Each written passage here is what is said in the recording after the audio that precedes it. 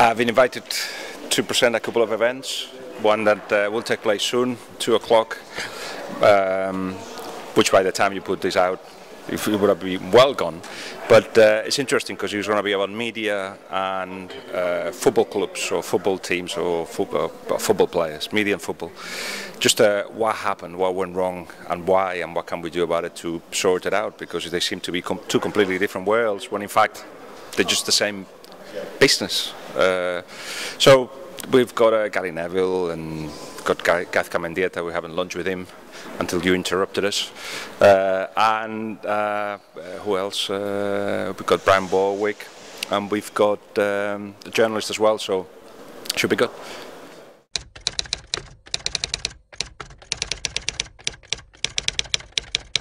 Any tips for them?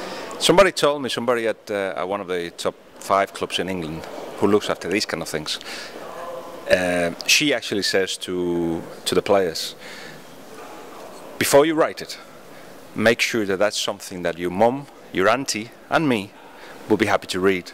So I think that's a good enough rule.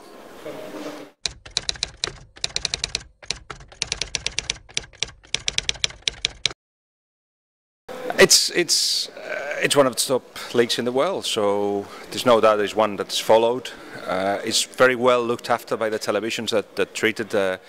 You know, they do reports, they analyse it deeply in the way that football is analysed in Spain. So not so bothered about controversy. It's more about tactical and so yeah, it's considered one of the top leagues in the world with some of the best players, and everything that's around the game. There's no doubt that it's unparalleled in the world. Just the best stadiums, the best facilities, the best fans in the world, no doubt.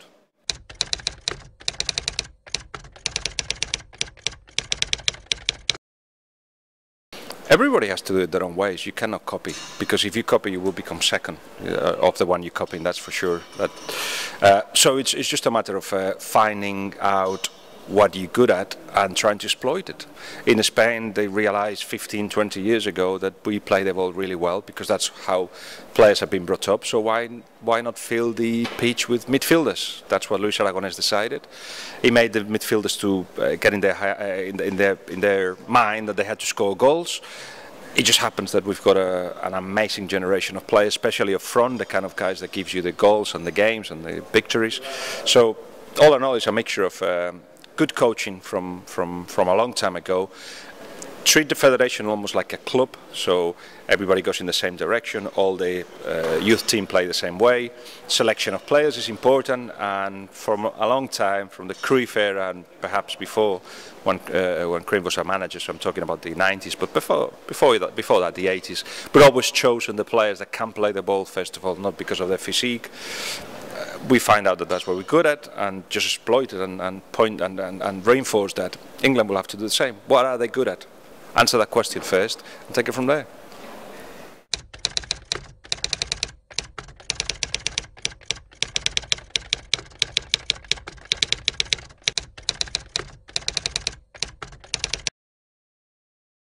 It's much more complex than that, I think. I understand that the Premier League has to defend their priorities, and they're about they're about getting lots of money to get good players and get the stadiums up to scratch and to be able to compete in the league. And to do that, they have to just get as much money as they can. It's business. Everybody does that. In fact, everybody envies that. And then, but you have to match that with at some point there has to be like a common ground between that and what the FA want to do. It doesn't have to be the same. Premier League defend one thing, the FA defend another, but it must be a common ground. And I think they're trying to find it through Gareth Southgate's proposals and a new way of developing players that people want to try. It's just, I was just listening to Terry Venables here at Soccerex, and I was wondering, he's completely out of the game now. So is Steve McLaren. So is Ericsson from the FA point of view. So will be Capello. Why not use these guys' experience and listen to what they have to say, because they've been at the top, but they just like, no, let's go and start from scratch. And maybe that's not the way, but in any case, questions are being asked, debate is in the streets. You have to change the culture of the country a little bit. To do that is very, very difficult, but I think people are trying to do it.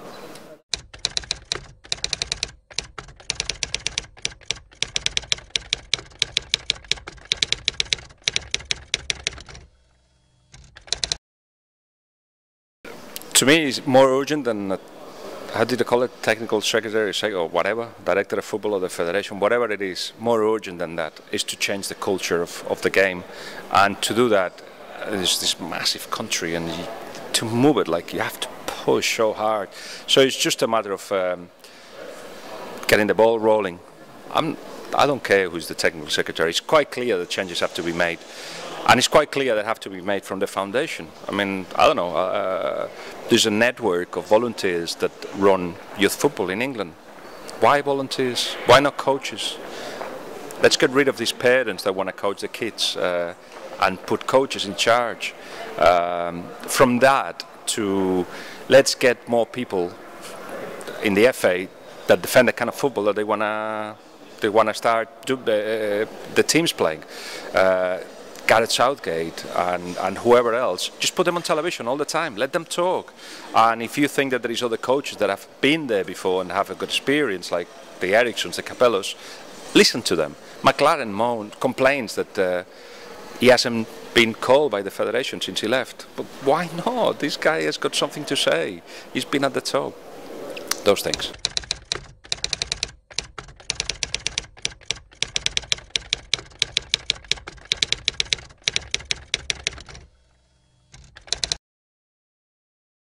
Again, we start in the house from the ceiling. You need the foundations, you need the idea, what kind of style do they want.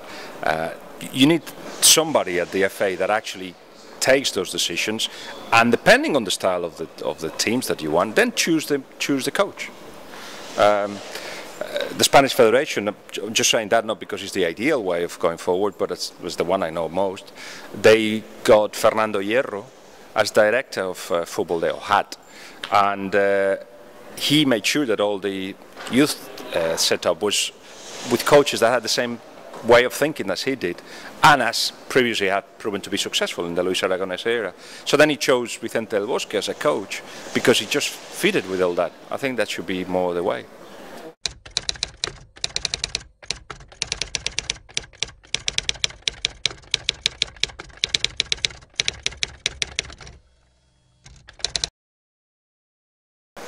Yeah, they'll be fantastic in Spanish football because it will add something they haven't got to the game.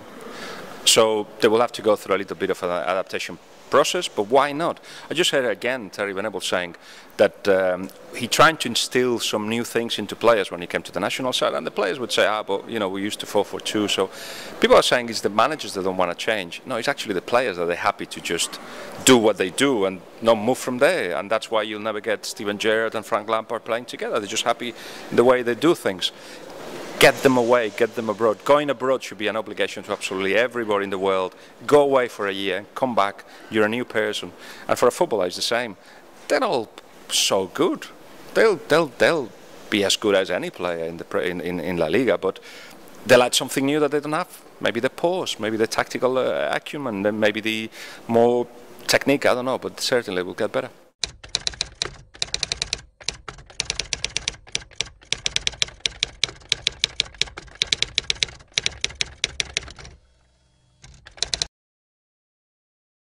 Well, Spanish football is about to implode.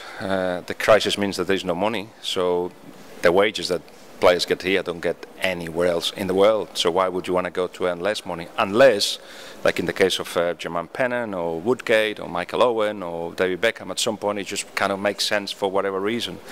They're just not. They love Spanish football, all of them, most of them. But they see themselves as you know, a product of the Premier League, and they're happy to be here because it's one league where the professional gets respected. You get paid every month. The fans love you. You know, it's just everything right to develop your profession. I still say, even if you're not going to get paid every month, and sometimes you won't get paid what you were promised, just go abroad, go to Spain, just prove yourself.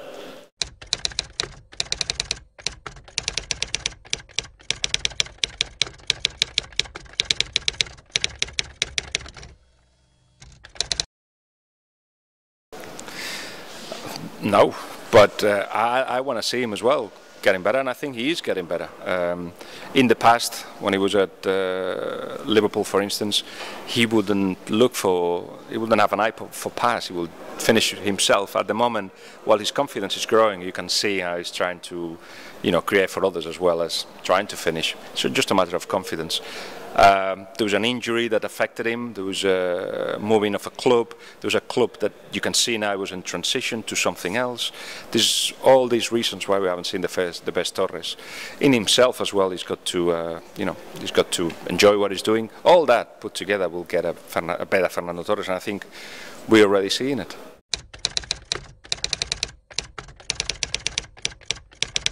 It's the biography of Pep Guardiola. Fascinating by the character, by the man. He's helping me with it, which I'll be eternally grateful for. He's even got me in touch with people that normally we wouldn't have access to. I'm lucky, very lucky, to have Sir Alex Ferguson as the foreword of the book, and I'm just learning a lot about football, about himself, about how people portray in a very superficial way many times these kind of public personalities. But then you scratch, and then you see that there's much more complexity to it than people would think. And I hope all that gets reflected in the book, which should come out in September. I've got to the deadline of the end of May. Fingers crossed that I can finish it by then. And yeah, it'll be out in September.